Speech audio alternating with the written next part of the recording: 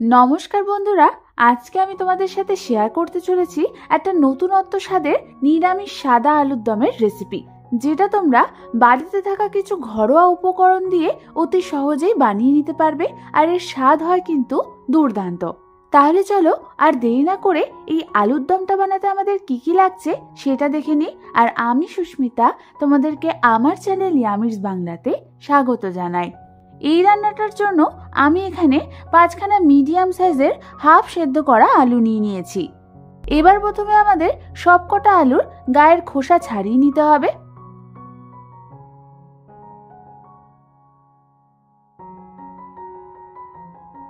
সমস্ত আলুগুলোর খোসা ছাড়ানো হয়ে গেলে এবার আমি এই আলুগুলোকে ছুরির সাহায্যে অর্ধেক করে কেটে নেব।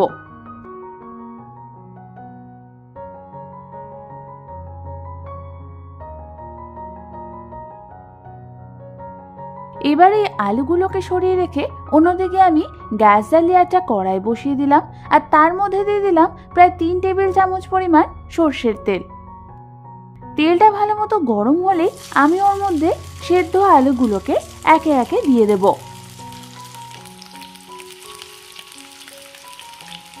আর দিয়ে দেব হাফ চামচ পরিমাণ নুন। এবার আমাদের এই আলুগুলোকে হালকা হাতে একটু নাড়াচাড়া করে নিতে হবে। তারপর আমাদের এই আলুগুলোকে মিডিয়াম ফ্লেমে ভেজে নিতে হবে যতক্ষণ না এগুলো হালকা গোল্ডেন ব্রাউন কালার হচ্ছে। বেশ কিছুক্ষণ ধরে ভালো মতো নাড়াচাড়া করে ভেজে নেওয়ার পর তোমরা দেখো আমাদের আলুগুলো কিন্তু হালকা গোল্ডেন ব্রাউন কালার হয়ে গেছে। এই সময় আমাদের এই আলুগুলোকে একটা অন্য পাত্রে তুলে নিতে হবে। তারপর ওই তেলের মধ্যেই আমি ফোড়নের জন্য দিয়ে দেব 3টে এলাচ, 2টো লবঙ্গ, 1খানা দারচিনি, আর দিয়ে দেব হাফ চামচ পরিমাণ হিং। এবার প্রথমে ফোড়নটাকে হালকা হাতে একটু নাড়াচাড়া করে নিয়ে আমি ওর মধ্যে দিয়ে দেব 1 টেবিল চামচ পরিমাণ আদা বাটা আর হাফ চামচ পরিমাণ নুন। এবার আমাদের এটাকে মিডিয়াম ফ্লেমে 1 থেকে 2 মিনিটের জন্য ভালো মতো নাড়াচাড়া করে নিতে হবে।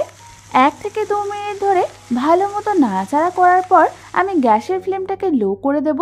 তারপর আমি এর মধ্যে দিয়ে দেব হাফ কাপ পরিমাণ কাজু বাদাম বাটা আর দিয়ে দেব আরও হাফ কাপ পরিমাণ মিক্সার গ্রাইন্ডার জার ধোয়া জল। এবার আমাদের এটাকে একদম লো ফ্লেমে নাড়াচাড়া করতে হবে প্রায় 2 থেকে 3 মিনিট ধরে। 2 থেকে 3 মিনিট ধরে ভালো মতো নাড়াচাড়া করার পর যখন কাজুটা থেকে হালকা তেল ছেড়ে আসবে তখন আমি এর মধ্যে দিয়ে দেব 1/4 চামচ পরিমাণ কাশ্মীরি লাল লঙ্কার গুঁড়ো, হাফ চামচ পরিমাণ জিরে গুঁড়ো, হাফ চামচ পরিমাণ ধনে গুঁড়ো, হাফ চামচ পরিমাণ গোলমরিচের গুঁড়ো আর দিয়ে দেব 1/4 চামচ পরিমাণ গরম মশলার গুঁড়ো। সমস্ত মশলাগুলো দিয়ে আমাদের মিডিয়াম টু লো ফ্লেমে এটাকে ভালো মতো নাড়াচাড়া করে নিতে হবে প্রায় 2 মিনিট ধরে। 2 মিনিট ধরে ভালো মতো নাড়াচাড়া করার পর গ্যাসের ফ্লেমটাকে লো থাকা অবস্থায় আমি এর মধ্যে দিয়ে দেব হাফ কাপ পরিমাণ ফ্যাটানো টক দই। টক দইটা দিয়েও আমাদের লো ফ্লেমে ভালো মতো একবার নাড়াচাড়া করে নিতে হবে।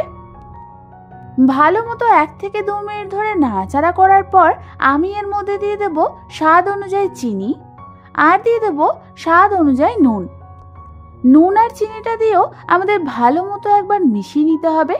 তারপর আমি এই মশলাটাকে কষতে দেব যতক্ষণ না এর থেকে তেল ছেড়ে আসছে। বেশ কিছুক্ষণ পর তোমরা দেখো আমাদের মশলা থেকে কিন্তু তেল ছেড়ে এসছে। ঠিক এই সময় আমি এর মধ্যে দিয়ে দেব ভেজে রাখা আলুগুলোকে আর দিয়ে দেব 1খানা চেরা কাঁচা লঙ্কা। এবার আমাদের মিডিয়াম ফ্লেমে আলুটার সাথে মশলাটাকে ভালো মতো মিশিয়ে নিতে হবে। ভালো মতো সমস্ত কিছু মেশানো হয়ে গেলে গ্যাসের ফ্লেমটাকে মিডিয়াম রেখে আমি এর মধ্যে দিয়ে দেব প্রায় হাফ কাপ পরিমাণ গরম জল। তোমরা এখানে যেরকম গ্রেভি চাও সেই অনুযায়ী তোমরা জল অ্যাড করবে।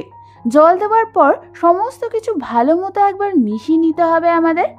জল দিয়ে ভালো মতো মেশানোর পর আমি এটাকে কুক হওয়ার জন্য মিডিয়াম ফ্লেমে রেখে দেব প্রায় 1 থেকে 2 মিনিটের জন্য। ততক্ষণ আমি অন্যদিকে একটা বাটির মধ্যে নিয়ে নেব 3 টেবিল চামচ পরিমাণ গুঁড়ো দুধ আর ওর মধ্যে আমি দিয়ে দেব হাফ কাপ পরিমাণ গরম জল।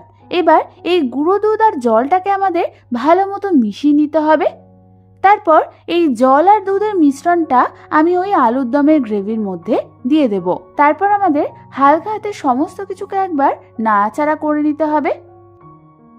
ভালো মতো নাড়াচাড়া করার পর আমি এটাকে ঢাকনা চাপা দিয়ে একদম লো ফ্লেমে রেখে দেব 2 থেকে 3 মিনিটের জন্য। ততক্ষণ আমি অন্যদিকে গ্যাস জ্বালিয়ে একটা ফ্রাইং প্যান বসিয়ে দিলাম আর তার মধ্যে দিয়ে দিলাম 1 টেবিল চামচ পরিমাণ বাটার। বাটারটা গলে এলে আমি ওর মধ্যে দিয়ে দেব একটা অর্ধেকটা ডুমো ডুমো করে কাটা ক্যাপসিকাম আর দিয়ে দেব একটা মিডিয়াম সাইজের বীজ ছাড়িয়ে ডুমো ডুমো করে কাটা টমেটো। এবার আমাদের এই টমেটো আর ক্যাপসিকামটাকে মিডিয়াম ফ্লেমে এই বাটারে হালকা করে ভেজে নিতে হবে 1 থেকে 2 মিনিটের জন্য। এবার অন্যদিকে ঢাকনা সরিয়ে আমি ভেজে নেওয়া ক্যাপসিকাম আর টমেটোটাকে ওর মধ্যে দিয়ে দেব।